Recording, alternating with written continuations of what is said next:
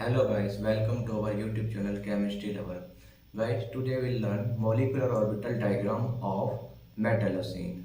Guys, तो मेटलोसिन एक very important topic है हमारे CSIR नेट और गेट के पर्पज से। गाइस, आपने देखा कि बहुत बार क्वेश्चन आता है इससे मेटलोसिन से। तो आज हम इसका मेटलोसिन का बॉन्डिंग के बेसिकली इसके बॉन्डिंग के बारे में हम सीखेंगे कि इसमें स्प्लिटिंग किस तरीके से होती है। जैसे आपने देखा होगा कि हम मेटलोसिन में जब वैनेडियम का कॉम्प्लेक्स बनाते हैं तो उसके अंदर हम उसमें पेयरिंग नहीं कराते। और इसके अलावा हम क्रोमियम का कॉम्प्लेक्स बनाते हैं तो उसमें पेयरिंग कराते हैं, या फिर आयरन का कॉम्प्लेक्स बनाते हैं तो भी उसमें एक पेयरिंग कराते हैं। तो किस में पेयरिंग करानी है, किस में पेयरिंग नहीं होगी, ये सब जानेंगे इसी मॉलिक्यूलर ऑर्बिटल डायग्राम ऑफ मेटलोसिन। तो गाइस चलो स्टार्ट करते हैं। तो गाइस मेटलोसिन में क्या होता है, एक सैंडविच टाइप कंपाउंड होता है। सैंडविच टाइप कंपाउंड मतलब कि मेटल तो साइक्लोपेंटाडाइनाइल के रिंग में बीच में क्या होता है, मेटल प्रेजेंट होता है मतलब कि। तो ये क्या है, सैंडविच टाइप का ऐसे कंपाउंड को हम क्या बोलते हैं, सैंडविच टाइप कंपाउंड। इसकी टू फॉर्म होती है, स्टैगर्ड फॉर्म, एक होती है इसमें स्टैगर्ड फॉर्म और दूसरी होती है इसमें इक्लिप्स्ड फॉर्म। स्टैगर्ड फॉर्म का जो पॉइंट ग्रुप होता है D5D, और इक्लिप्स कन्फर्मेशन का जो इसका पॉइंट ग्रुप होता है गाइस D5H। स्टैगर्ड कन्फर्मेशन है point group D5D and Eclipse है कन्फर्मेशन D5H पॉइंट ग्रुप। तो गाइस जब भी हम पॉली एटॉमिक मॉलिक्यूल का मॉलिक्यूलर ऑर्बिटल डायग्राम बनाते हैं तो उसमें हम linear combination LCAO linear combination of atomic orbital के स्थान पर हम क्या अप्लाई करते हैं, उसमें SALC क्या होता है, सिमेट्री एडजस्टेड लीनियर कॉम्बिनेशन। तो guys symmetry adjusted linear combination में बेसिकली हम करते क्या है, हम क्या करेंगे गाइस, लिगेंड के जो एटॉमिक ऑर्बिटल होंगे, लिगेंड के एटॉमिक ऑर्बिटल का क्या करेंगे, हम कॉम्बिनेशन बनाएंगे। और लिगेंड के ऑर्बिटल से कॉम्बिनेशन बनाने के बाद हम क्या बनाएंगे, LGO क्या होता है गाइस, लिगेंड ग्रुपिंग ऑर्बिटल। यानी लिगेंड के एटॉमिक ऑर्बिटल से हम क्या बनाएंगे, लिगेंड ग्रुपिंग ऑर्बिटल। और उसके बाद जब हम लिगेंड ग्रुपिंग ऑर्बिटल बना लेंगे देन इसका मेटल के एटॉमिक ऑर्बिटल के साथ मिक्सिंग कराकर हम क्या बनाएंगे, मॉलिक्यूलर ऑर्बिटल। तो गाइस जैसे हम मॉलिक्यूलर ऑर्बिटल बनाएंगे देन हम उसके बाद क्या बनाते हैं, मॉलिक्यूलर ऑर्बिटल डायग्राम। और मॉलिक्यूलर ऑर्बिटल डायग्राम जब हमारा एक बार बन जाता है देन हम क्या करते हैं, फिलिंग ऑफ इलेक्ट्रॉन्स। तो गाइस ये तो एक प्रोसेस होता है जब भी हम पॉलीएटॉमिक मॉलिक्यूल का जब भी हम मॉलिक्यूलर ऑर्बिटल डायग्राम बनाते हैं। अब गाइस अब सबसे पहले एक चीज समझते हैं कि जैसे जैसे हमारे नोड इंक्रीज होते हैं, हमारे ऑर्बिटल की एनर्जी क्या होती है, इंक्रीज। यानी एनर्जी ऑफ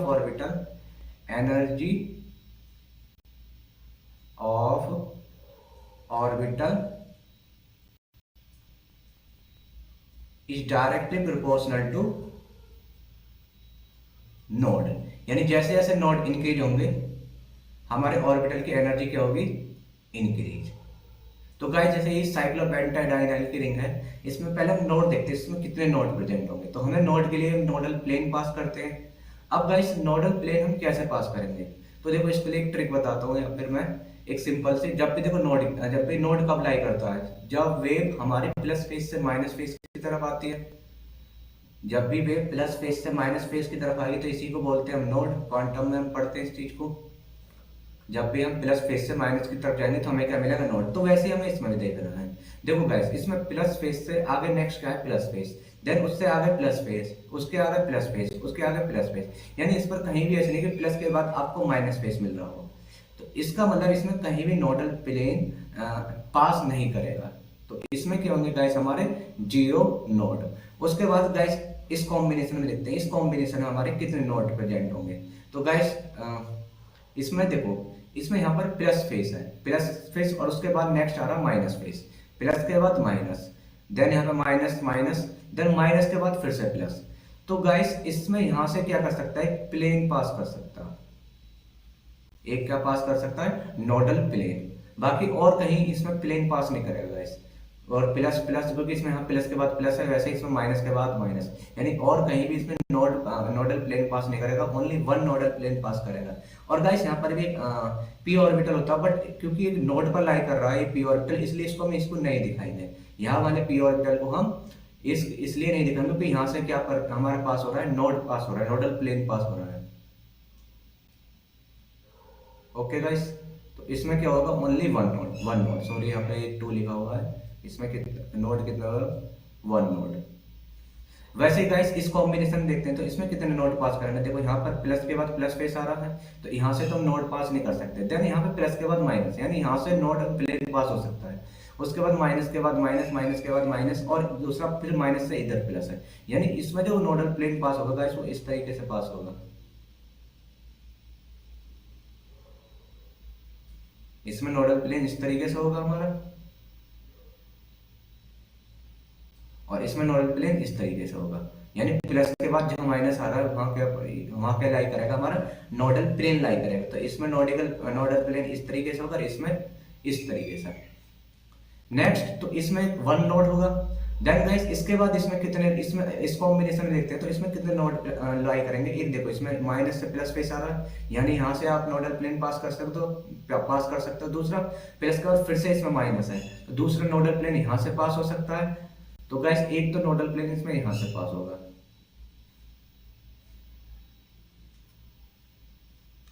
एक नोडल प्लेन तो गाइस इसमें यहां से पास होगा सिंपली।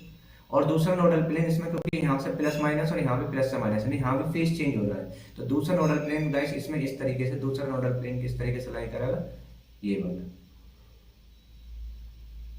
यानी इसमें ओवरऑल दो नोड लाई करेंगे गाइस। इसमें ओवरऑल कितने नोड पास होंगे गाइस, इसमें 2 नोड्स।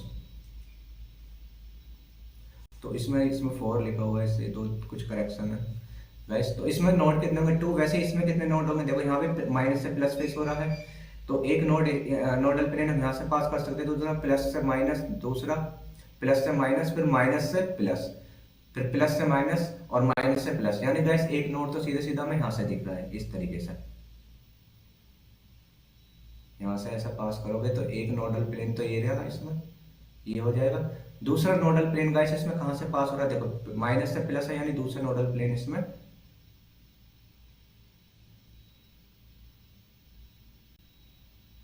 यहां से पास होगा। और गाइस थोड़ा सही से दिखा दो, इस लाइन से गुजरता हुआ इस तरीके से।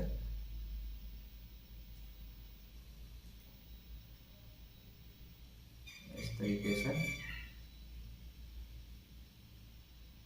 तो गाइस दूसरा नोडल प्लेन इसमें, क्योंकि यहाँ पे प्लस से माइनस फेस है, तो इन दोनों के बीच में से एक नोड पास हो सकता है। दूसरा इन दोनों और इन दोनों के बीच में से एक नोड पास हो सकता है, यानी टोटल इसमें इनमें भी कितने नोड होंगे, 2 नोड। तो गाइस सबसे नीचे वाले में 0 नोड, उससे ऊपर वाले में 1 नोड, उससे ऊपर वाले में 2 नोड, यानी ऊपर से नीचे जाने पर नोड इंक्रीज हो रहे हैं, और नोड क्या हो रहे हैं हमारे, इंक्रीज हो रहे हैं। तो इसलिए इस ऑर्बिटल की एनर्जी भी नीचे से ऊपर जाने पर क्या होगी, इंक्रीज, यानी ये हायर एनर्जी अप्लाई करेंगे, 1 नोड वाला उससे लोअर एनर्जी पे, और 0 नोड वाला उससे भी लोअर एनर्जी पे। ठीक है गाइस, तो जैसे जैसे नोड इंक्रीज होते हैं हमारे क्या होती है, ऑर्बिटल की एनर्जी इंक्रीज। गाइस अब आगे बनाते हैं हम अपने symmetry adjusted linear combination, SALC, symmetry adjusted linear combination, या फिर symmetry matching of SALC with the metal atomic orbital. तो SALC गाइस कैसे, किस तरीके से बनाएंगे, देखो पहले हम बनाते हैं, देखो हमारे मेटल के अंदर क्या होता है, S ऑर्बिटल होगा, हमारे मेटल के अंदर S ऑर्बिटल होते हैं, फिर उसके बाद P ऑर्बिटल और D ऑर्बिटल। तो इन ऑर्बिटल के करस्पॉन्डिंग हम क्या बनाएंगे, सिमेट्री एडजस्टेड लीनियर कॉम्बिनेशन। तो गाइस सबसे पहले हम S ऑर्बिटल के लिए बनाते हैं, सबसे पहले हम S ऑर्बिटल के लिए। तो S ऑर्बिटल क्या होता है हमारा, स्पेयर में हमने क्या ले लिया, S ऑर्बिटल प्लस फेस का। तो S ऑर्बिटल या तो प्लस फेस में होता है सारा, या फिर टोटली माइनस फेस में, या तो टोटली प्लस फेस में, टोटली माइनस फेस में। तो हम S ऑर्बिटल प्लस फेस में लेकर चलते हैं। तो गाइस प्लस फेस के अकॉर्डिंग हमें क्या बनाना होगा अपना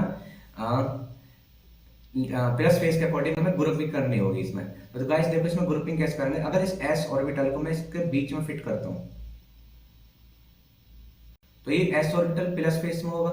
अब देखो ये प्लस फेस में है, तो नीचे क्या आ रहे हैं, plus face plus face plus face plus face. यानी यहाँ से गाइस क्या हो सकता है, कंस्ट्रक्टिव इंटरफेरेंस होगा। कंस्ट्रक्टिव इंटरफेरेंस होगा तो यहाँ से क्या होगा, हमारा बॉन्डिंग ऑर्बिटल बन जाएगा। वैसे नीचे नीचे से देखते हैं तो नीचे से ऊपर ऊपर की तरफ क्या है, plus face plus face plus face plus face plus face. यानी इस एस ऑर्बिटल में क्या होगा, ऊपर से नीचे ऊपर वाले सीपी रिंग से भी कंस्ट्रक्टिव इंटरफेरेंस होगा, नीचे वाली सीपी रिंग से भी कंस्ट्रक्टिव इंटरफेरेंस होगा। तो ये तो गाइस एस ऑर्बिटल के करस्पॉन्डिंग क्या बनेगा हमारा, एस ऑर्बिटल के करस्पॉन्डिंग हमारा क्या बनेगा, एलजीओ, लिगेंड ग्रुपिंग। अब क्या ये डीजेड स्क्वायर के करस्पॉन्डिंग हो सकता है, तो इसको देखते हैं। तो गाइस अगर मैं डीजेड को बीच में इसके बीच में डीजेड को फिट करता हूँ, जूम करते हैं गाइस, वेट,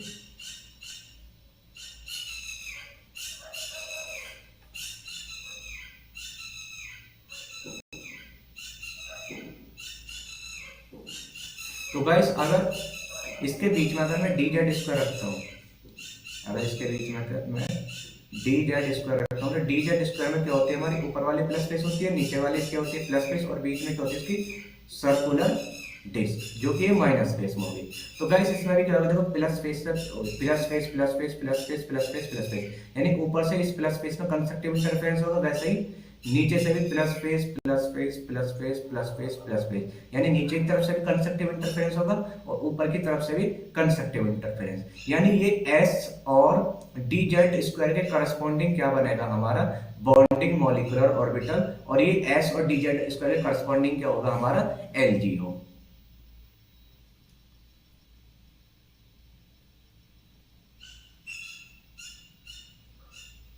अब गाइस दूसरा देखते हैं पी जेड के करस्पॉन्डिंग। तो गाइस पी जेड के करस्पॉन्डिंग किस तरीके से बना सकते हैं, देखो पी में क्या होता है, ऊपर वाला प्लस फेस और नीचे सॉरी ऊपर वाला अगर मैं माइनस फेस लेते चलता हूँ तो नीचे वाले क्या होगा, प्लस फेस। तो गाइस ऊपर ऊपर क्या होना चाहिए, हमारे सारे माइनस फेस में होने चाहिए अगर हमें कंस्ट्रक्टिव इंटरफेरेंस करना है, बॉन्डिंग मॉलिक्यूलर ऑर्बिटल बनाना। तो ये ऊपर से नीचे वाली लॉब क्या होनी चाहिए, सारी माइनस फेस की, और नीचे वाले सीपी रिंग की ऊपर वाली लॉब क्या होनी चाहिए, प्लस फेस में। तो इस तरीके से हम क्या करेंगे, इनको एडजस्ट करेंगे, और देन इसके बीच में क्या करेंगे, अपना पी ऑर्बिटल। जब इसके बीच में गाइस अपना पी ऑर्बिटल बनाते हैं तो ऊपर वाला माइनस फेस ले लेता हूँ, नीचे वाला प्लस फेस। तो गाइस ऊपर की तरफ से माइनस फेस में क्या होगा, कंस्ट्रक्टिव इंटरफेरेंस, और नीचे से क्या होगा, प्लस प्लस फेस में कंस्ट्रक्टिव इंटरफेरेंस, जिससे क्या होगा, यहाँ पर भी क्या बनेगा हमारा, बॉन्डिंग मॉलिक्यूलर ऑर्बिटल। तो गाइस ये पीजेड के करस्पॉन्डिंग हो गया, और ये हमारा हो गया एस और डी जेड स्क्वायर के करस्पॉन्डिंग। यहाँ पर गाइस मैं ऊपर की तरफ जेड एक्सिस लेकर चलता हूँ, इस डायरेक्शन में वाई एक्सिस, और बीच में लेकर चल रहा हूँ मैं एक्स एक्सिस। तो गाइस हमने एस के करस्पॉन्डिंग बना लिया, डी जेड के करस्पॉन्डिंग बना लिया, अब और पी जेड के करस्पॉन्डिंग बना लिया।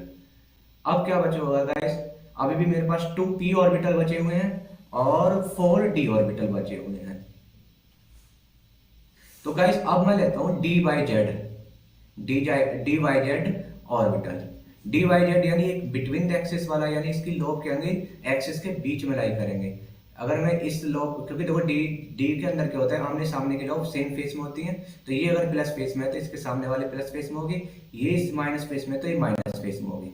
अब इस वाले डी ऑर्बिटल को मैं इसके बीच में फिट करता हूँ गाइस, तो कैसा दिखता है,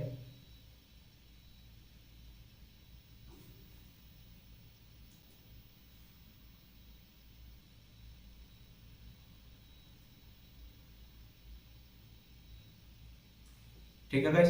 तो ये प्लस फेस होगा और ये वाला माइनस फेस, यानी आमने सामने के फेस के होते हैं इसमें प्लस। तो गाइस यहाँ से देखो, यहाँ ये माइनस फेस आ रहा है, इसमें माइनस फेस, ये माइनस माइनस वाला क्या होगा, कंस्ट्रक्टिव इंटरफेरेंस, इधर से प्लस प्लस वाला क्या होगा हमारा, कंस्ट्रक्टिव इंटरफेरेंस, नीचे से प्लस प्लस फेस वाला कंस्ट्रक्टिव इंटरफेरेंस हो जाएगा, और इधर भी माइनस माइनस वाला कंस्ट्रक्टिव इंटरफेरेंस। तो गाइस ये भी क्या बनेगा, डी वाई जेड के करस्पॉन्डिंग एक बॉन्डिंग मॉलिक्यूलर ऑर्बिटल का कॉम्बिनेशन। अब गाइस मुझे डी एक्स जेड के करस्पॉन्डिंग बनाना, तो एक्स जेड में ये माइनस फेस है तो इसके सामने वाली माइनस फेस होगी, और ये दोनों क्या ले ली गाइस मैंने, प्लस फेस। अगर मैं इसको इसके बीच में बनाता हूँ तो गाइस देखते हैं, देखो गाइस,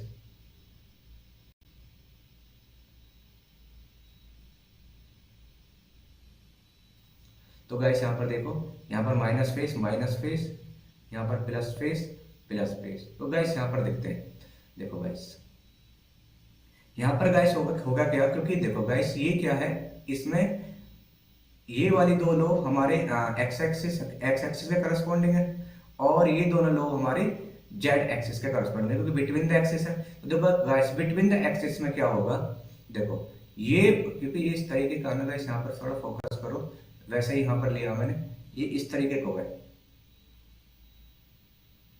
तो गाइस यहाँ पर देखो, ये वाला माइनस स्पेस और इस माइनस के करस्पॉन्डिंग क्या होगा इस बार, कंस्ट्रक्टिव इंटरफेरेंस। और इसके सामने वाली लोब, इससे ऊपर वाली लोब, इसके जस्ट सामने वाली ऊपर माइनस की होगी, वो इसके साथ कंस्ट्रक्टिव इंटरफेरेंस करेगी, ये इसके साथ कंस्ट्रक्टिव इंटरफेरेंस करेगा। और वैसे ही गाइस, ये प्लस वाला इसके साथ कंस्ट्रक्टिव इंटरफेरेंस बनाएगा, और ये प्लस वाला इसके साथ कंस्ट्रक्टिव इंटरफेरेंस बनाएगा। यानी ये डी एक्स जेड के करस्पॉन्डिंग क्या होगा, हमारा बॉन्डिंग मॉलिक्यूलर ऑर्बिटल। अब गाइस हमें पी वाई के करस्पॉन्डिंग बनाना है, तो पी वाई के करस्पॉन्डिंग, क्योंकि हम इसमें क्या कर रहे हैं, इस एक्सिस पर हमने क्या लिया हुआ है, मतलब इस डायरेक्शन में क्या लिया हुआ है हमने, वाई एक्सिस। तो ये क्या होगा हमारा गाइस, पी वाई ऑर्बिटल, ये वाला क्या होगा हमारा पी वाई। अब एक पी वाई में ये वाले लोग ले लेता हूँ माइनस की, ये वाले लोग प्लस की। अब गाइस मैं इसको इनके बीच में फिट करता हूँ, तो गैस ये वाली होगी मेरी प्लस फेस, और ये वाली होगी माइनस फेस। तो गैस यहाँ पर देखो, यहाँ पर गैस देखो, इसके इसमें क्या बन रहा है, यहाँ पर कंस्ट्रक्टिव इंटरफेरेंस, माइनस माइनस में कंस्ट्रक्टिव इंटरफेरेंस, यानी यहाँ पर बॉन्डिंग हो जाएगी। वैसे यहाँ पर प्लस प्लस फेस में क्या बन रहा है, कंस्ट्रक्टिव इंटरफेरेंस। तो गैस यहाँ पर इसमें कंस्ट्रक्टिव इंटरफेरेंस हो रहा है, और इधर भी क्या हो रहा है, कंस्ट्रक्टिव इंटरफेरेंस। यानी पी वाई के करस्पॉन्डिंग क्या बनेगा हमारा, एक बॉन्डिंग मॉलिक्यूलर ऑर्बिटल। वैसे गाइस एक पी एक्स के करस्पॉन्डिंग देखते हैं, ये माइनस फेस होगी इसमें, तो पी एक्स के करस्पॉन्डिंग कुछ इस तरीके से बनेगा। इस वाली फेस को प्लस मानता हूँ, इस वाली फेस को मैं माइनस। तो गाइस यहाँ पर देखो, इसमें गाइस यहाँ पे देखो, ये जब भी इस एक्स के करस्पॉन्डिंग हो तो हमें ये कॉर्नर वाली लोब लेनी होंगी।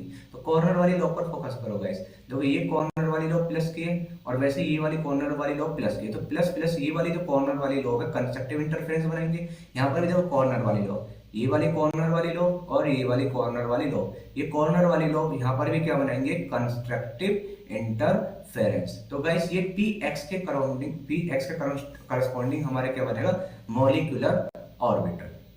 अब गाइस हमें डी एक्स वाई के करस्पॉन्डिंग बनाना है, तो डी एक्स वाई के करस्पॉन्डिंग, डी एक्स वाई में क्या होगा गाइस, हमारे एक्स वाई देखो, ये ऊपर वाले जेड एक्सिस है, हमें बनाना है डी एक्स वाई। तो इस प्लेन में क्या होंगे, हमारे लॉब्स होंगे, और बिटवीन द एक्सिस होंगी। तो बिटवीन द एक्सिस मैंने क्या बनानी, लॉब ये प्लस फेस की हो जाएंगे, मतलब कि इसमें आमने सामने की प्लस फेस होती है, तो ये दोनों प्लस फेस हो जाएंगे, और ये क्या हो जाएंगे गाइस, दोनों माइनस फेस। तो इस वाले ऑर्बिटल को अगर मैं इसमें फिट करता हूँ गाइस,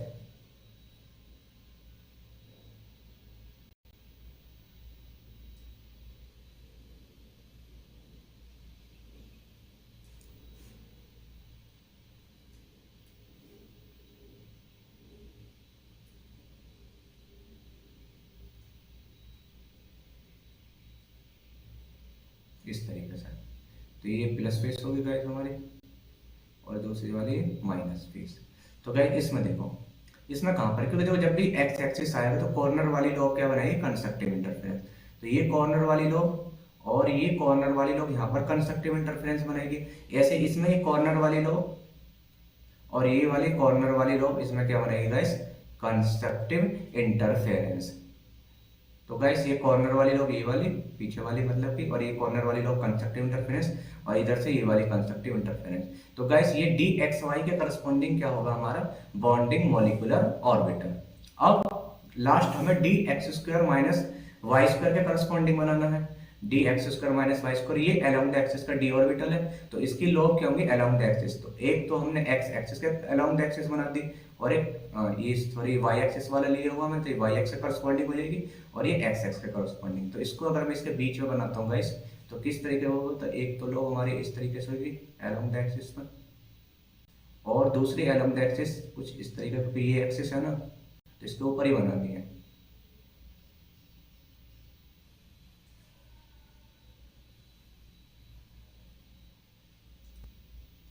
दोबारा से देखो गाइस,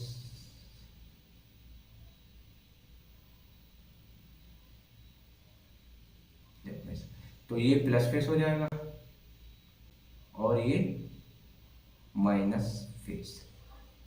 तो गाइस देखो इसमें कहाँ पर करस्पॉन्ड इसमें क्या हो, कहाँ पर कंस्ट्रक्टिव इंटरफेरेंस होगा। तो गाइस देखो ये प्लस फेस ये प्लस फेस, इस बार ये दोनों प्लस फेस क्या बनाएंगे, इसके साथ कंस्ट्रक्टिव इंटरफेरेंस। वैसे ही ये भी यहाँ पर कंस्ट्रक्टिव इंटरफेरेंस बनाएगा, तो यहाँ पर कंस्ट्रक्टिव इंटरफेरेंस हो जाएगा इसके बीच और इसके बीच। वैसे गाइस इसके बीच और इसके बीच, ये गाइस रेड कलर से बनाते हैं क्योंकि सारे मैंने प्लस फेस रेड कलर से लिए हुए हैं। तो गाइस यहाँ पर क्या आ जाएगा, प्लस फेस। तो ये प्लस फेस और ये प्लस फेस कंस्ट्रक्टिव इंटरफेरेंस हो जाएगा। वैसे यहाँ पर भी प्लस फेस और प्लस फेस कंस्ट्रक्टिव इंटरफेरेंस। अब माइनस वाले का कंस्ट्रक्टिव इंटरफेरेंस कैसे बनेगा गाइस, माइनस वाले का कंस्ट्रक्टिव इंटरफेरेंस बनेगा गाइस यहाँ से, यहाँ पर देखो देखो गाइस माइनस वाले का कंस्ट्रक्टिव इंटरफेरेंस कहाँ पर होगा, ये वाला, इस बार ये होगा गाइस, ये वाली लोब क्या होगी, माइनस वाले के करस्पॉन्डिंग कंस्ट्रक्टिव इंटरफेरेंस। एक तो ये वाली लोब और ऊपर से ये वाली लोब, ये दोनों लोब, यानी ये जो ये देखने में वैसा लग रहा है वरना ये होगा कैसे, इस तरीके से होगा गाइस, ऐसे बिल्कुल, और सही से बनाता हूँ मैं, तो ऐसे बिल्कुल इस तरीके से लाई करेगा ये वाला ऑर्बिटल, कैसे इस तरीके से गाइस, यानी इसका माइनस फेस, इसका माइनस फेस और इस वाली लोब का माइनस फेस और इस वाली लोब, यानी ये नीचे वाली लोब और इस वाली लोब के कंस्ट्रक्टिव इंटरफेरेंस हो जाएगा गाइस। वैसे ही ये वाली लोब और इस वाली लोब के बीच क्या होगा, कंस्ट्रक्टिव इंटरफेरेंस। ठीक है गाइस। और गाइस ये जो लोब है ना, ये वाली दोनों लोब, ये पीछे वाली लोब भी ना, क्योंकि ये जो ना इन तीनों के बीच में लाई करेगा, ऊपर से भी और नीचे से भी, तो ये जो पीछे वाली दोनों लोब माइनस की और ये वाली माइनस की लोब भी क्या बनाएंगे, इस एक्स के करस्पॉन्डिंग माइनस फेस में कंस्ट्रक्टिव इंटरफेरेंस बनाएंगे। यानी ये तीनों लोब नीचे से कंस्ट्रक्टिव इंटरफेरेंस बनाएंगे और ये तीनों लोब माइनस वाले ऊपर से कंस्ट्रक्टिव इंटरफेरेंस बनाएंगे। ठीक है गाइस, तो एक बार फिर से और दोबारा समझते हैं क्योंकि थोड़ा वैसा होगा, थोड़ा कॉम्प्लिकेटेड टाइप का। एक बार इसको फिर से समझ लेते हैं।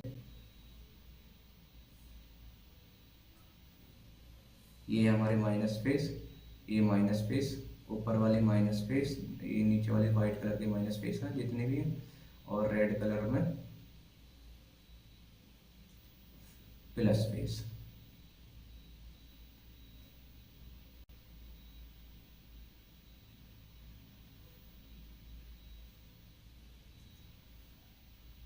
ये वाला माइनस फेस। तो गाइस ये ना लोब इस तरीके से होगी, एक बार फिर से बना लेते हैं, फिर से इस तरीके से, ये प्लस फेस, ये माइनस और ये भी माइनस। तो ये तीनों आपस में क्या बनाएंगे, कंस्ट्रक्टिव इंटरफेरेंस। और ये नीचे वाले ये तीनों, ये इसकी और ये इसकी नीचे वाली और ये आपस में क्या बनेंगे गाइस, कंस्ट्रक्टिव इंटरफेरेंस। और यहाँ पर कंस्ट्रक्टिव इंटरफेरेंस होगा, इस प्लस के साथ भी कंस्ट्रक्टिव इंटरफेरेंस होगा।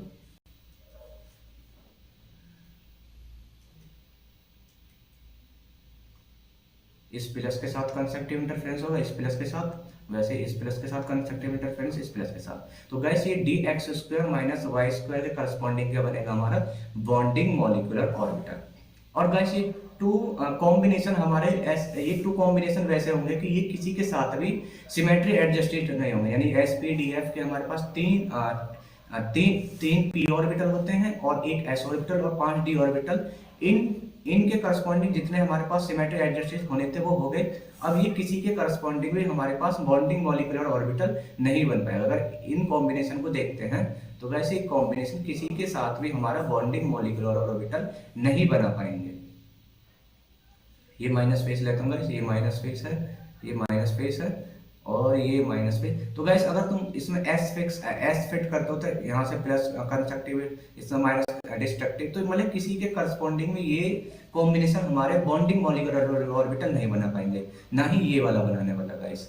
तो ये किसी भी ऑर्बिट हमारे मेटल के किसी भी ऑर्बिटल के साथ सिमेट्री एडजस्टेड नहीं होंगे। तो गाइस एक बार फिर से देख लेते हैं इसको।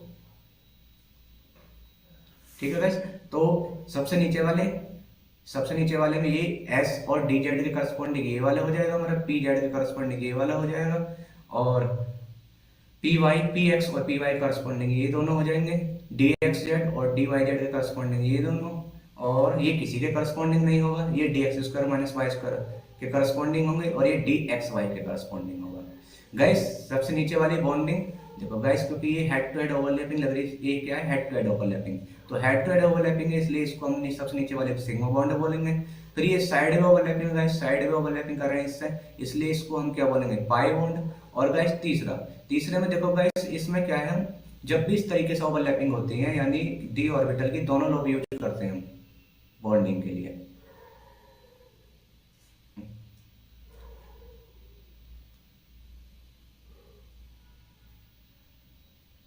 वैसे तो गाइस आप जानते हो डेल्टा बॉन्ड कब बनता, तो एक बार और सीख लो गाइस, वैसे आप सब जानते हैं डेल्टा बॉन्ड कब बनता है। डेल्टा बॉन्ड कब बनता है गाइस, जब सारी लोब क्या करती हैं ओवरलैप, डी की सारी लोब क्या करती हैं ओवरलैप, तब क्या बनता है हमारा डेल्टा बॉन्ड। तो यहाँ पर गाइस डी की चारों लोब क्या कर रही हैं ओवरलैप, ऊपर की तरफ भी और नीचे की तरफ भी, ऊपर की तरफ भी और नीचे की तरफ भी, इसमें भी डी की चार लोब क्या कर रही है ऊपर की तरफ भी ओवरलैप और नीचे की तरफ भी, इसलिए ये ऊपर ऊपर वाला हमारा डेल्टा बॉन्ड है, नीचे वाला हमारा पाई बॉन्ड और इससे नीचे वाला सिग्मा बॉन्ड। और गाइस जो सबसे नीचे वाले होंगे देखो गाइस, ये क्या है हमारा जी रेड गाइस, इसको हम जी रेड बोल रहे हैं, इसको अनजी रेड बोल रहे हैं, इसको समझते हैं गाइस, ये किस लिए ये कैसा है, जी रेड क्यों है ये और ये अनजी रेड क्यों है।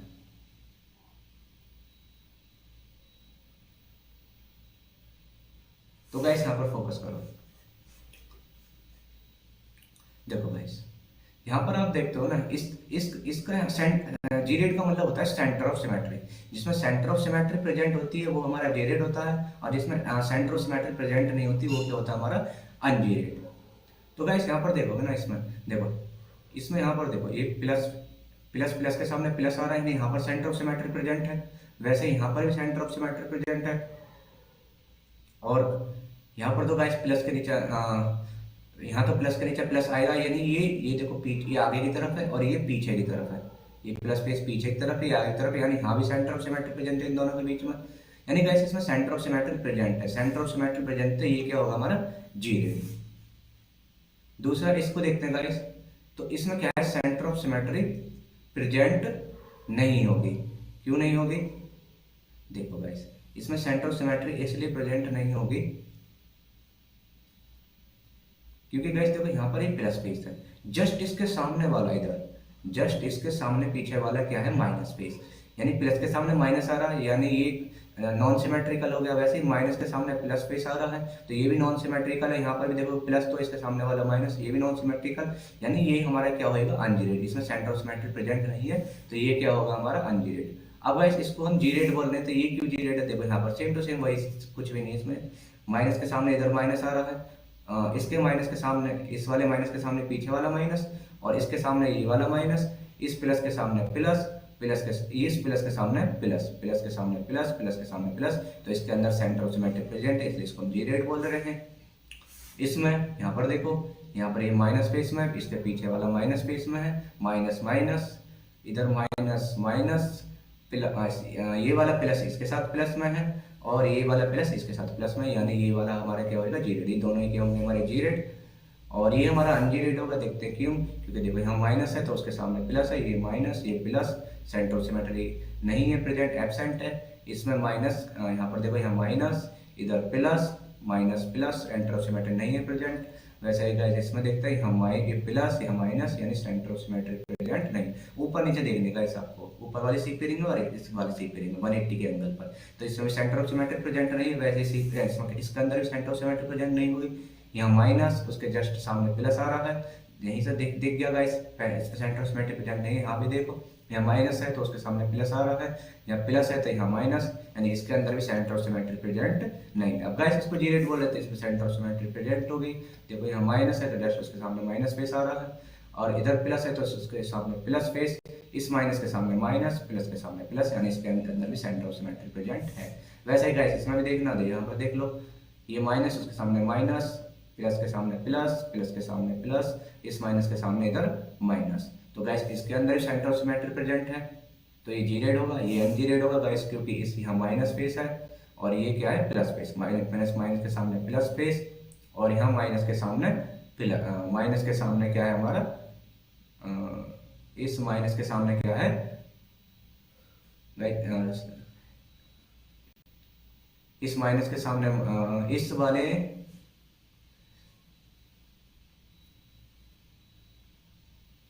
ये क्या होगा गाइस हमारा अनजीरेड होगा। अनजीरेड क्यों है, क्योंकि गाइस इसमें देखो, इसमें यहाँ पर क्या है माइनस स्पेस, ऊपर आ रहा है हमारा प्लस स्पेस, यानी माइनस के सामने प्लस, माइनस के सामने क्या आ रहा है प्लस, और प्लस के सामने माइनस, माइनस के सामने प्लस के सामने इधर देखो, लेकिन इसमें थोड़ा कॉम्बिनेशन अलग तरीके का, इसमें यहाँ तो प्लस के सामने माइनस है, लेकिन यहाँ माइनस के सामने प्लस है, माइनस के सामने माइनस है, बट यहाँ प्लस के सामने माइनस है। यानी सेंटर ऑफ सिमेट्री में कहीं भी अगर डिस्टर्बेंस, मतलब कहीं भी अगर तुम्हें नॉन सिमेट्रिकल मिलता है किसी भी एंगल पर, तो वो टोटली फिर अनजीरेड बोला जाएगा। यहाँ तो माइनस के सामने माइनस तो चलो ठीक था, लेकिन यहाँ प्लस के सामने प्लस नहीं है, इसलिए ये अनजीरेड है हमारा। और वैसे ही इसमें यहाँ पर माइनस है, तो माइनस के सामने माइनस इधर तो है, बट यहाँ माइनस के सामने इधर प्लस है, इधर वाला प्लस इधर वाला माइनस, यानी कहीं भी अगर 180 के एंगल पर कहीं भी उसमें अनसिमेट्रिकल मिलता है तो वो क्या हो जाता है हमारा अनजीरेड। तो गैस इसलिए ये अनजीरेड है, यू फॉर अनजीरेड। और गैस ये हमारे डबली जीरेड होंगे, ये सिंगली जीरेड, ये सिंगली जीरेड है तो इसलिए इसको हम A1G बोलते हैं। डबली जीरेड है तो ई भी लगाते हैं, उसको डबली जीरेड के लिए ई बोलते हैं। और ऊपर वाला भी क्या है हमारा डबली जीरेड, यानी ये डबली जीरेड है तो ई को डबली जीरेड बोलते हैं ग्रुप थ्योरी में। और यहाँ पर नीचे भी डबली जीरेड है, डबली जीरेड, सॉरी हाँ डबली डी जनरेट, सॉरी डी जीरेड नहीं डी जनरेट, ये भी डबली डी जनरेट है, ये भी डी डबली डी जनरेट है, ये भी डबली डी जनरेट, और ये भी डबली डी जनरेट। तो डबली डी जनरेट के लिए हम क्या यूज करते हैं गाइस ईजी, और सिंगली डी जनरेट के लिए क्या यूज करते हैं हम ए। अब गाइस आगे चलते हैं। तो गाइस हमने क्या कर लिया अभी, एस से एल से बना लिया, एस के करस्पॉन्डिंग, पी के करस्पॉन्डिंग और डी के करस्पॉन्डिंग। नेक्स्ट गाइस अब क्या करेंगे गाइस, हम क्या बनाएंगे अपना मॉलिक्यूलर ऑर्बिटल डायग्राम। पहले हम मॉलिक्यूलर ऑर्बिटल बनाते हैं, फिर क्या बनाते हैं गाइस हम मॉलिक्यूलर ऑर्बिटल डायग्राम।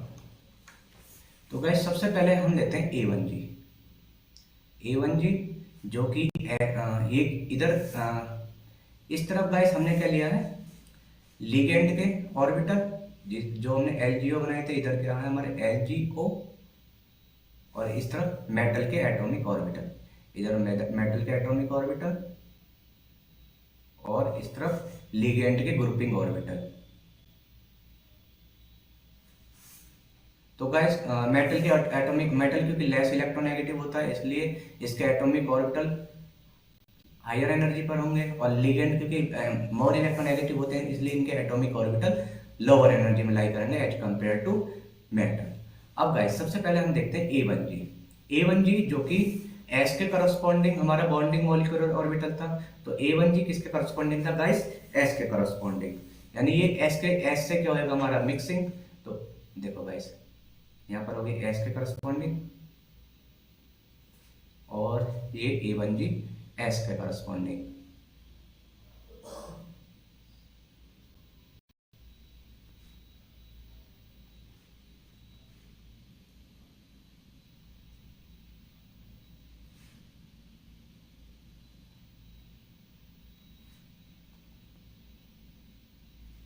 ठीक है गाइस, एक तो मिक्सिंग ए वाली होगी, दूसरी डीजेड के करस्पॉन्डिंग में A1G से क्या थी मिक्सिंग, यानी दूसरी डीजेड के करस्पॉन्डिंग डीजेड के करस्पॉन्डिंग A1G era, तो एक डीजेड के करस्पॉन्डिंग, इन दोनों की एनर्जी लगभग ऑलमोस्ट क्या होगी गाइस सेम ही होगी।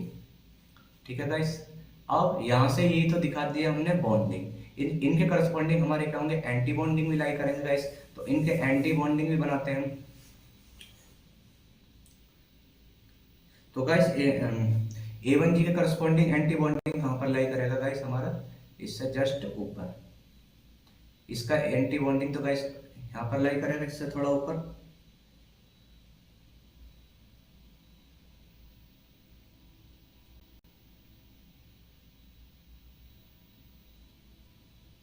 ये हो जाएगा गाइस इसका एंटी बॉन्डिंग,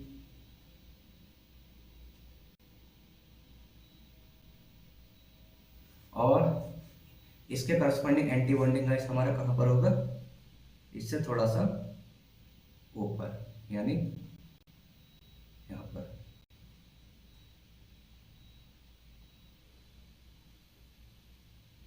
ठीक है गाइस, यानी एक हमारा यहाँ पर बना, दूसरा यहाँ पर ये बॉन्डिंग था, ऊपर वाला एंटी बॉन्डिंग, और ये भी हमारा एंटी बॉन्डिंग।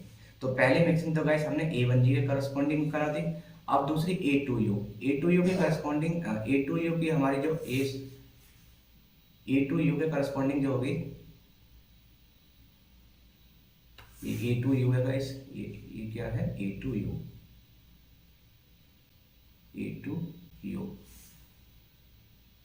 तो गाइस A2U का करस्पॉन्डिंग जो हमारे बॉन्डिंग मॉलिक्यूलर ऑर्बिटल बना था वो PZ के करस्पॉन्डिंग बना था। वो किसके करस्पॉन्डिंग बना था? PZ के करस्पॉन्डिंग। तो PZ के करस्पॉन्डिंग बना हो गाइस, PZ हमारे ऊपर की तरफ है, PZ का है गाइस हमारे यहाँ पर। तो यहाँ से क्या होगा, यहाँ से गाइस एंटी बॉन्डिंग बनेगा। अब गाइस देखो यहाँ पर क्या है, PZ और यहाँ पर PZ और A2U के बीच गैप बहुत ज़्यादा है। अब जब भी गाइस गैप बहुत ज़्यादा होता है तो उनके बीच लीनियर हमारी मिक्सिंग क्या है, बहुत अच्छी मिक्सिंग नहीं हो पाती।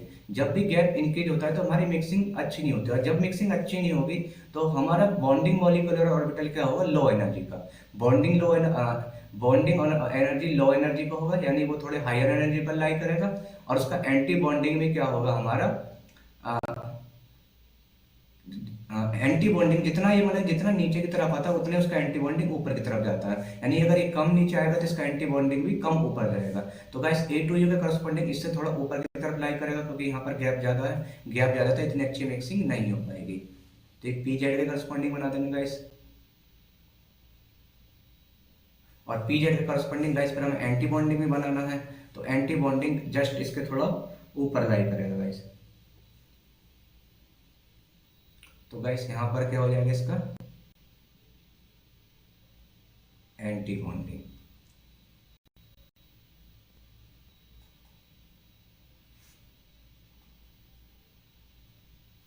गाइस इसके नाम भी लिखते थे। पहला क्या था हमारा A1G,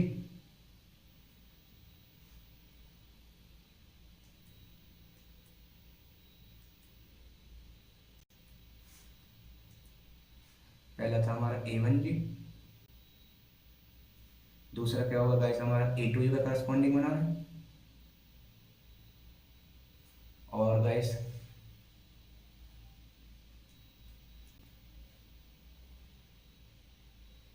A2U के करस्पॉन्डिंग बना है, ये A1G के करस्पॉन्डिंग एंटी बॉन्डिंग होगा। और गाइस इसके बारे में और डिस्कस करते हैं, अभी आप आगे डिस्कस करेंगे इसके बारे में, अभी इसमें और भी कुछ है। और ये A1G के करस्पॉन्डिंग ये भी हमारा क्या होगा एंटी बॉन्डिंग। और ये A2U के करस्पॉन्डिंग क्या है हमारा एंटी बॉन्डिंग।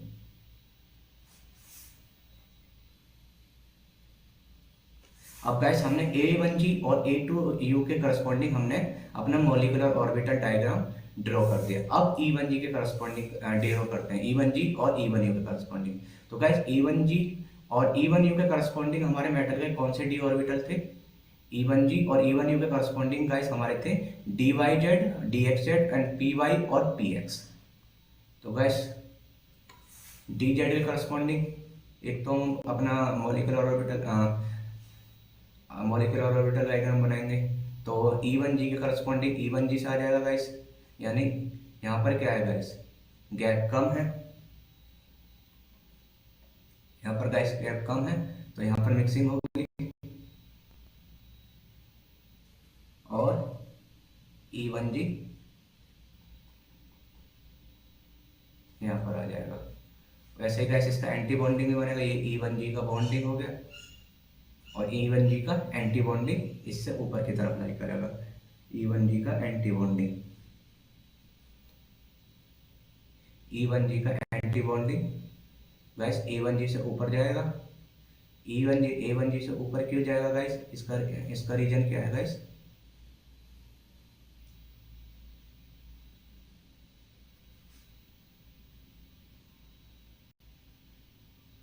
इसका रीजन जस्ट ये है गाइस कि इन दोनों के बीच में क्या है एनर्जी गैप कम। अब इन दोनों के बीच में एनर्जी गैप कम है तो अच्छी बॉन्डिंग बनेगी और हायर एनर्जी की एंटी बॉन्डिंग बनेगी, यानी ज़्यादा नीचे आएगा और ज़्यादा ही ऊपर जाएगा। तो इसलिए A1G से ये हो जाएगा ऊपर, यानी ये E1G के करस्पॉन्डिंग क्या होगा गाइस हमारा एंटी बॉन्डिंग। अब गाइस E1 यू के करस्पॉन्डिंग बनाते हैं। E1 यू की जो मिक्सिंग थी वो थी हमारी किसके साथ गाइस, E1 जी की मिक्सिंग जो थी वो थी हमारे गाइस Px और Py के करस्पॉन्डिंग। E1 यू की मिक्सिंग किसके साथ थी, Px और Py के करस्पॉन्डिंग। तो Px और Py लिखते हैं गाइस। Px और Py में क्योंकि गैप ज्यादा होगा तो ये कम नीचे आएगा, तो थोड़ा E1 जी से तो ऊपर ही होगा, और E1 जी से कहाँ होगा गाइस, थोड़ा ऊपर की तरफ। और इसका एंटी बॉन्डिंग कहाँ जाएगा गाइस, एंटी बॉन्डिंग भी इसका, क्योंकि गाइस ये E1 जी ऊपर की तरफ है तो ये E1 यू के करस्पॉन्डिंग जो हमारा एंटी बॉन्डिंग बनेगा गाइस, वो सबसे ऊपर की तरफ जाएगा। वैसे तो इसमें ज्यादा अप नहीं करेगा, बट ये A2 यू से तो ऊपर की तरफ ही जाएगा। और गाइस देन यहां से इसको मिला देते हैं।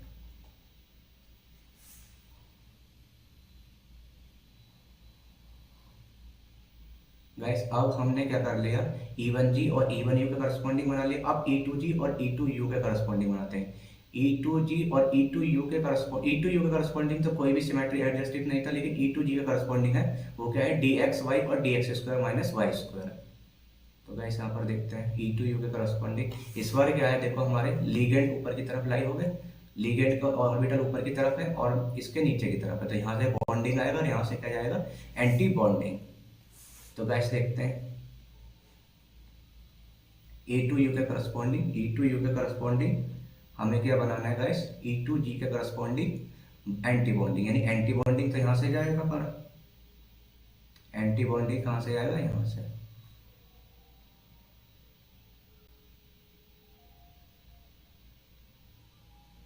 बीच में लाई करेगा और सही से बना।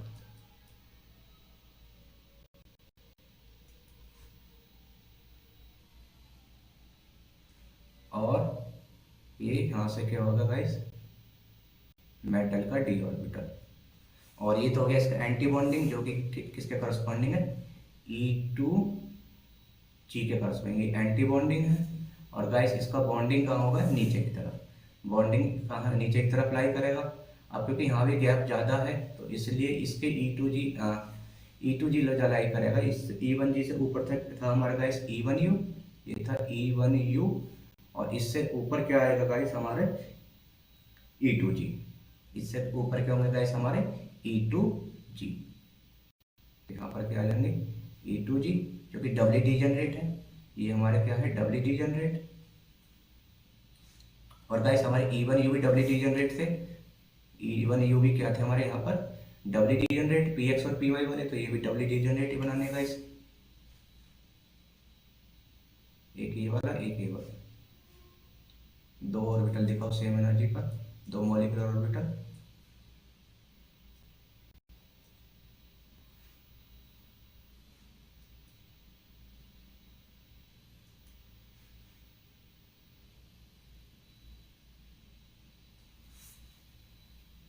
और वैसे ही ऊपर भी क्या होगा E1U, ये क्या था गाइस हमारा E1U, और E1U और कहाँ पर है गाइस हमारा E1U, इसका एंटी बॉन्डिंग था गाइस सबसे ऊपर, तो यहाँ पर भी एंटी बॉन्डिंग में क्या होंगे गाइस हमारे दो E1U।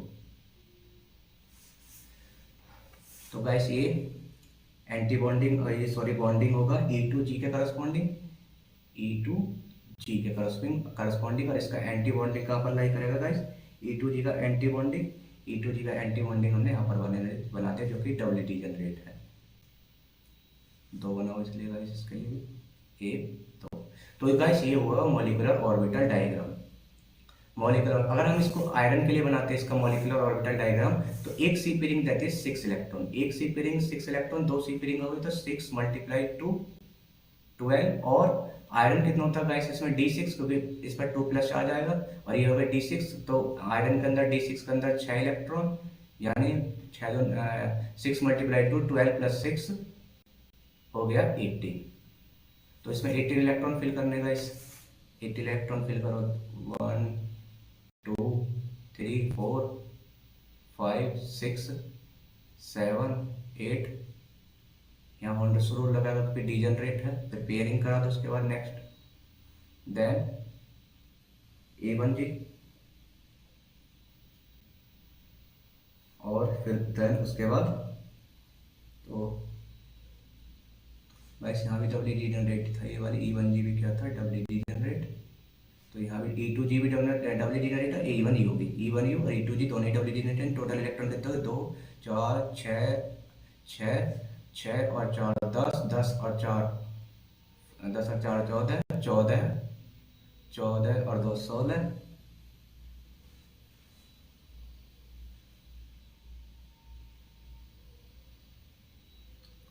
16। गाइस E1G के करस्पॉन्डिंग में क्या था हमारा, E1G के करस्पॉन्डिंग भी था डब्ल्यू डी जनरेट, E1G के करस्पॉन्डिंग में क्या था हमारा, डब्ल्यू डी जनरेट, ये 2 इलेक्ट्रॉन यहाँ पर हो जाएंगे गाइस। E1G के करस्पॉन्डिंग हमारे 2 थे ना, या डी वाई जेड और डी जेड एक्स, तो इसलिए यहाँ पर भी ये भी क्या होगा, डब्ल्यू डी जनरेट। और E1G का करस्पॉन्डिंग एंटी बॉन्डिंग में क्या होगा हमारा, डब्ल्यू।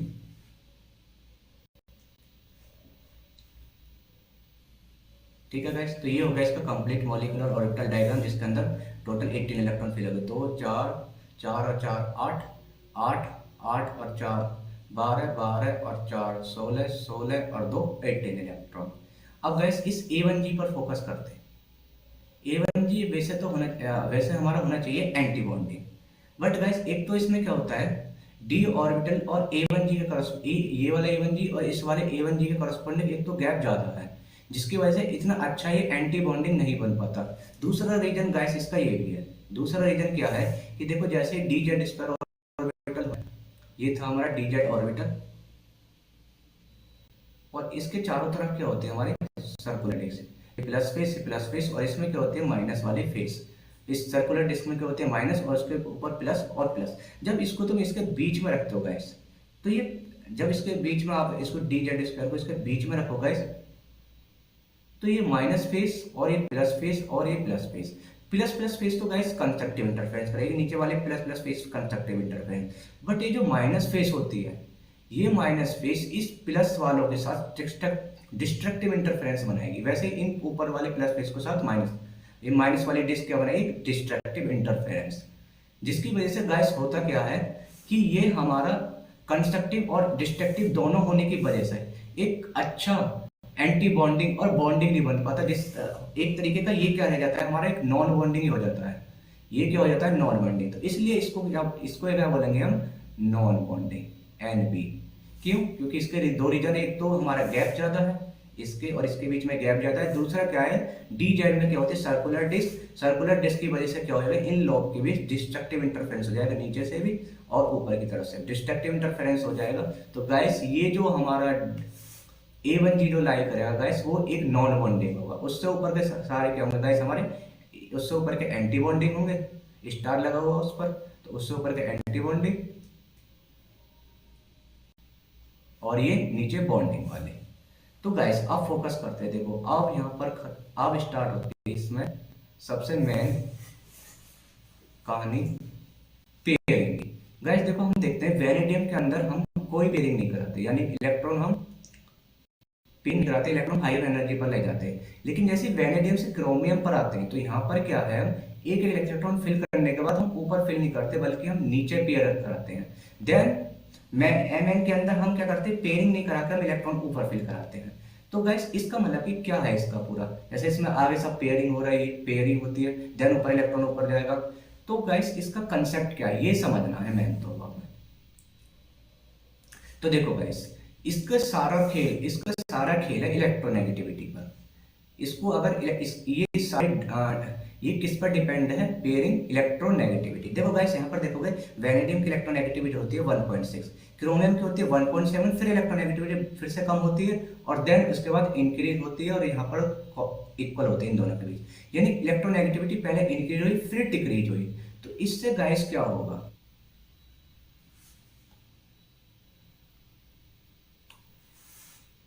तो गाइस बेसिकली हमें कहां पर फोकस करना है, गाइस हमें फोकस करना है बेसिकली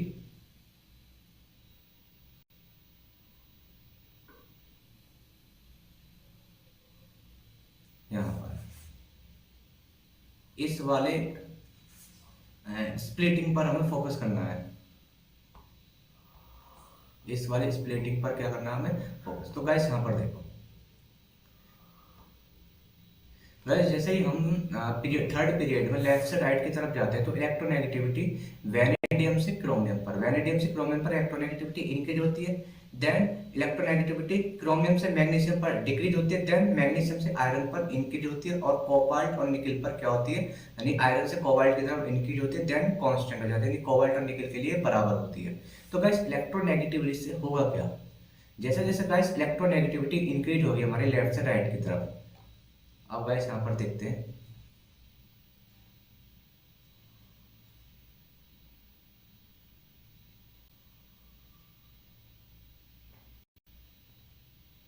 जैसे जैसे गाइस इलेक्ट्रोनेगेटिविटी इंक्रीज होगी, जैसे यहाँ पर 1.6, यहाँ पर 1.7, जैसे जैसे इलेक्ट्रोनेगेटिविटी इंक्रीज होगी तो मेटल के डी ऑर्बिटल कहाँ पर होंगे, न्यूक्लियस की तरफ आएंगे, यानी नीचे की तरफ आएंगे, लोअर एनर्जी की तरफ आएंगे। जैसे जैसे इलेक्ट्रोनेगेटिविटी इंक्रीज होगी मेटल के और डी ऑर्बिटल या फिर एस ऑर्बिटल पी ऑर्बिटल नीचे की तरफ आएंगे। और यहाँ जैसे वैनेडियम से क्रोमियम की तरफ गए। नेक्स्ट फिर इलेक्ट्रोनेगेटिविटी फिर से क्या हुई, यहाँ पर इंक्रीज हुई फिर डिक्रीज हुई, डिक्रीज होने पर फिर से डी ऑर्बिटल ऊपर की तरफ हो जाएंगे, यानी एस ऑर्बिटल ऊपर की तरफ होगा, पी ऑर्बिटल भी ऊपर की तरफ चले जाएंगे। फिर इलेक्ट्रोनेगेटिविटी फिर से इंक्रीज हुई और इस बार तो 1.7 से 1.8 हो गए, तो ये डी ऑर्बिटल फिर से नीचे की तरफ आए। और यहाँ से आगे फिर 1.9 डी ऑर्बिटल और नीचे की तरफ आएंगे, और ये दोनों के बराबर, इसलिए दोनों मैंने बराबर दिखाए हुए इनके ऑर्बिटल। तो नीचे आने पर गाइस होता क्या है, जैसे जैसे डी ऑर्बिटल यहाँ पर नीचे की तरफ आएंगे तो ये जो E1G की मिक्सिंग थी, E1G की मिक्सिंग जो थी गाइस, इसमें यहाँ पर देखते हैं जो हमने मिक्सिंग कराई थी E1G की, ये जो E1G वाली मिक्सिंग थी, ये E1G वाली मिक्सिंग जो थी, जैसे जैसे यहाँ पर ये लोअर की तरफ आएंगे इन दोनों का गैप क्या होगा, E1G का गैप कम होता चला जाएगा। इलेक्ट्रोनेगेटिविटी बढ़ने पर ये गैप क्या हो जाएगा, कम हो जाएगा। और जैसे ही गाइस गैप कम होगा तो इन दोनों में लीनियर कॉम्बिनेशन या फिर ये बोला जाए मिक्सिंग इन दोनों के बीच अच्छी होगी। और जब मिक्सिंग अच्छी होगी तो हमारा बॉन्डिंग बहुत ज्यादा लोअर एनर्जी का होगा और इसका एंटी बॉन्डिंग बहुत ज्यादा हायर एनर्जी का होगा। तो गाइस होता क्या है, जैसे इस यहाँ पर देखते हैं, जैसे जैसे वैनेडियम क्या था, हमारे वैनेडियम सबसे मतलब सबसे तो नहीं 1.6 और 1.6 दोनों की इलेक्ट्रोनेगेटिविटी और बराबर है, तो वैनेडियम और मैग्नीशियम इलेक्ट्रोनेगेटिविटी में सबसे कम वाले हैं। तो इसलिए इनके डी ऑर्बिटल E1G से बहुत ज्यादा दूरी पर है। जब ये बहुत ज्यादा दूरी पर हो तो ये इतना अच्छा एंटी बॉन्डिंग नहीं बनाएंगे, इतना अच्छा एंटी बॉन्डिंग नहीं बनाएंगे, जिससे जिससे क्या होता है वाला इस नीचे वाले A1G, नीचे वाले क्या होता है A1G और E1G के डबली डीजनरेट में, E1G के डबली डीजनरेट में और A1G के बीच क्या होता है गैप, बहुत कम गैप होता है। अगर यहाँ पर इलेक्ट्रोनेगेटिविटी कम होगी तो ये गैप क्या बनेगा, बहुत ज्यादा कम गैप बनेगा। वहीं गाइस अगर जब इन दोनों के बीच गैप कम हो जाएगा, गैप कम होने पर मिक्सिंग अच्छी होगी और मिक्सिंग अच्छी होगी तो ये एंटी बॉन्डिंग भी इसका यहाँ वाला बहुत ज्यादा अच्छा एंटी बॉन्डिंग बनेगा और इसका बॉन्डिंग बहुत ज्यादा लोअर एनर्जी का होता है। हमें तो एंटी बॉन्डिंग पर ही फोकस करना। तो इस केस में गाइस गैप क्या होगा, हमारा ज्यादा गैप, और गैप ज्यादा होगा तो हम वही है, फिर हम जब गैप ज्यादा हो जाता है तो देन हम इलेक्ट्रॉन अपना ऊपर ना पहुंच हायर एनर्जी पर ना पहुंचाकर पहले हम इलेक्ट्रॉन पेयर कराते हैं। तो गाइस जैसे जैसे इलेक्ट्रोनेगेटिविटी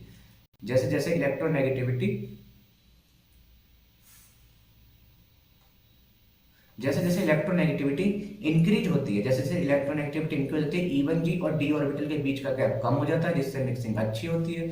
और मिक्सिंग अच्छी होने पर हमारा एंटी बॉन्डिंग हायर एनर्जी का बनता है। वैसे इस केस में भी गाइस सेम टू सेम वही, इस केस में भी एंटी बॉन्डिंग हमारा क्या होगा, हायर एनर्जी का। हायर एनर्जी का क्यों होगा, क्योंकि ये इसकी इलेक्ट्रोनेगेटिविटी ज्यादा है। इलेक्ट्रोनेगेटिविटी ज्यादा होने पर इन दोनों के बीच गैप कम हो गया और गैप कम हो जाने पर गाइस क्या होगी, मिक्सिंग अच्छी होगी, जिससे हमारा एंटी बॉन्डिंग बहुत ज्यादा हायर एनर्जी का बनेगा।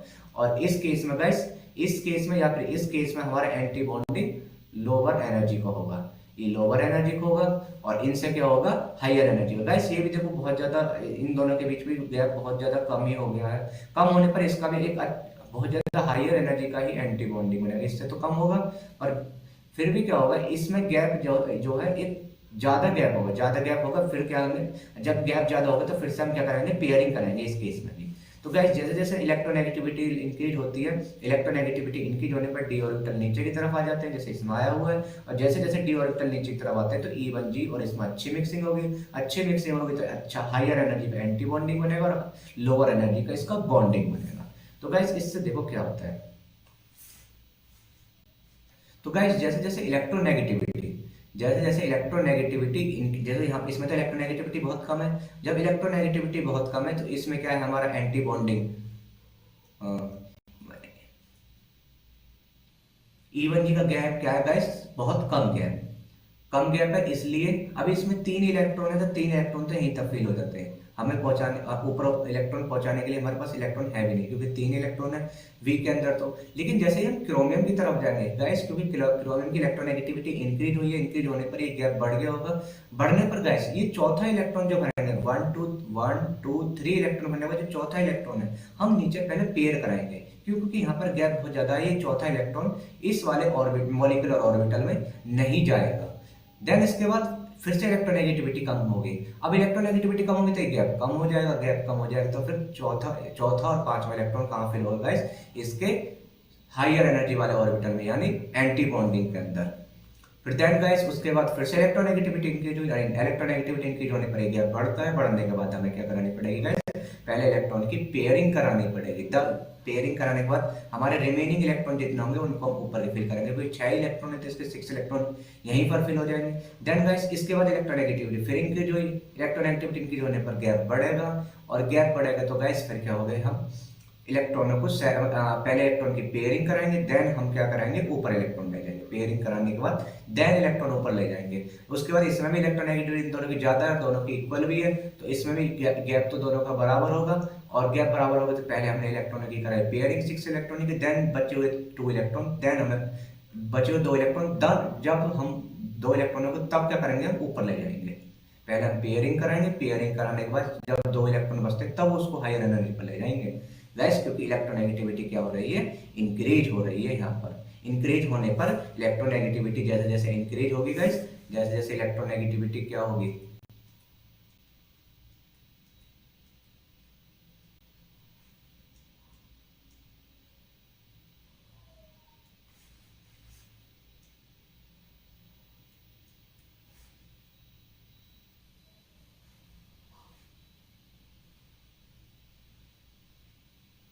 जैसे जैसे इलेक्ट्रोनेगेटिविटी बढ़ती है, इन ये डी ऑर्बिटल नीचे की तरफ आते हैं, नीचे की तरफ आते पर इनकी गैप कम हो जाता है, गैप कम होने पर इनकी मिक्सिंग अच्छी होती है, तो हमारा हायर एनर्जी का एंटी बॉन्डिंग बनता है।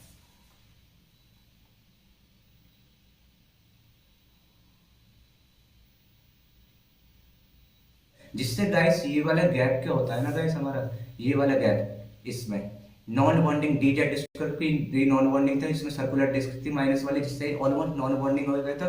तो क्योंकि वेनेडियम लेस इलेक्ट्रोनेगेटिव है इसलिए इन दोनों के बीच गैप बहुत कम है, लेकिन क्रोमियम क्योंकि मोर इलेक्ट्रोनेगेटिव है, इसके डी ऑर्बिटल नीचे की तरफ आएंगे, जिससे क्या हो जाएगा, यहाँ पर गैप इंक्रीज हो जाएगा। A1G और E1U में, A1G और E1U में क्या हो जाएगा गाइस, गैप इंक्रीज।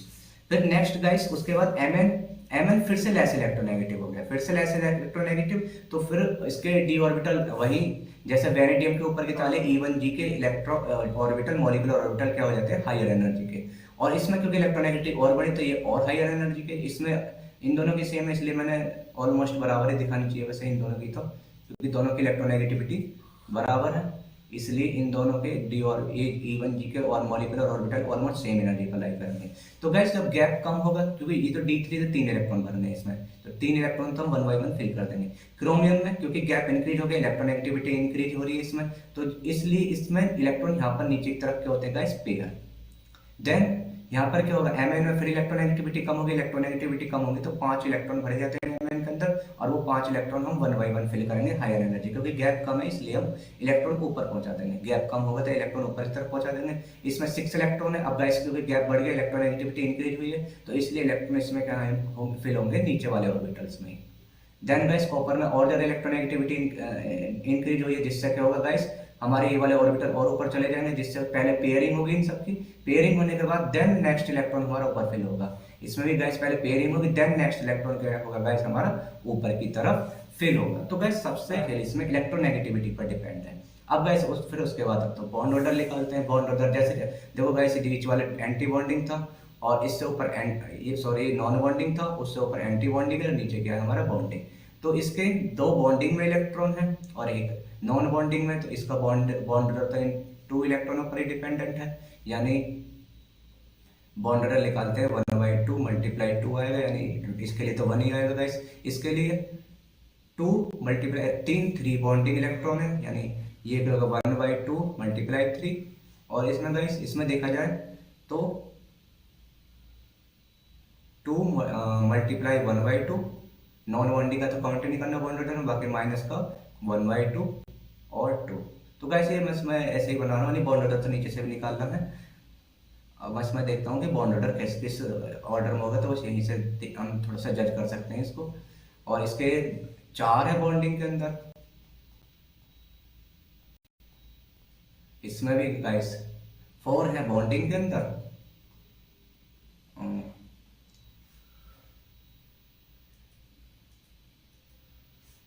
4 तो है गाइस इसमें बॉन्डिंग के अंदर, और बाकी एक एंटी बॉन्डिंग के अंदर भी गया है गाइस, तो उसको 1/2 इंटू 1। और गाइस इसमें देखा जाए तो 4 है हमारे बॉन्डिंग में, माइनस का 2 है गाइस इसके एंटी बॉन्डिंग में। तो गाइस अब बॉन्ड ऑर्डर देखते हैं गाइस, कैलकुलेशन करनी सिंपली। ये 3/2 है, इसका बॉन्ड ऑर्डर ये 0 की तरफ हो गया, 2 से कट जाएगा गाइस, ये 2 से कटेगा। और फिर इसमें सब्ट्रैक्शन भी इसमें, और इसमें क्या है गाइस, सबसे ज़्यादा सब्ट्रैक्शन इसमें है। तो गाइस यहाँ से बॉन्ड ऑर्डर कैलकुलेट करोगे तो सबसे ज़्यादा बॉन्ड ऑर्डर आएगा हमारा Fe के लिए।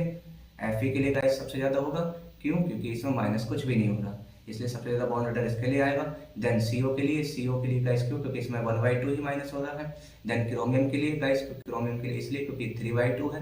3/2 को इससे इनके कंपेयर में करोगे तो ये 4/2 माइनस का 1 है, और ये 3/2 गाइस फिर से देखो, ये था हमारा 3/2। क्रोमियम का बॉन्ड ऑर्डर ये 3/2 है गाइस हमारा, क्योंकि 3 इलेक्ट्रॉन है, और इसमें क्या है गाइस 4 इलेक्ट्रॉन है, तो ये 2 से कटेगा गाइस हमारा। ये किससे कटेगा गाइस? 2 से। और कोबाल्ट का गाइस कितना आएगा? 2 से कम आएगा। हाँ गाइस ये ना 2 माइनस का 1/2, 2 माइनस का 1/2, तो 2 माइनस का 1/2, 2 माइनस का 1/2 यानी कितना होगा गाइस? 2 मल्टीप्लाई 4, 4 माइनस का 1,